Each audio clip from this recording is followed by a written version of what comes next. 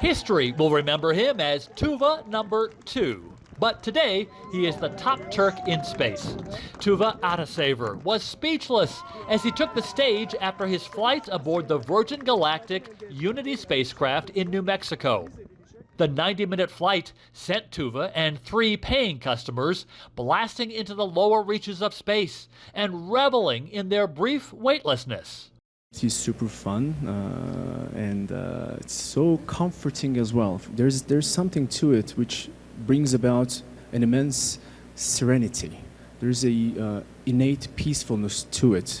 On the other hand, Tuva said the blast that propelled them into space was anything but peaceful.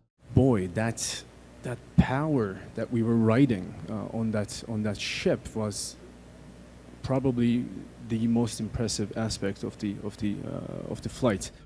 Tuva headed into the flight with a half a dozen science experiments attached to his body. That orange headgear measured how lower bodily fluids tend to collect in the skull during space flights and cause health problems.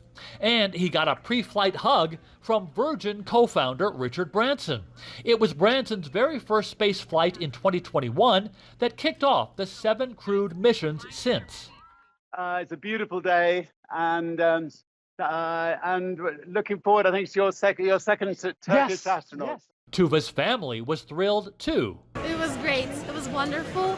Well, at first we were all, of course, kind of concerned because it also has risks, But right now we're so happy. For Tuva, he will now follow in the footsteps of the first Turk in space, Alper Gezeravci, by talking to kids in Türkiye and inspiring them to look toward space. This was the last space flight for Unity. Virgin says they may repurpose it somehow, or maybe even put it in a museum. And Türkiye continues to look skyward too. Next month, the first Turkish communication satellite will launch from Florida.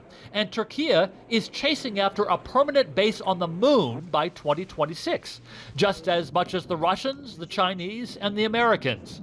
And Tuva has just taken Türkiye one step closer to those sky-high dreams. Andy Roesgen, TRT World, New Mexico.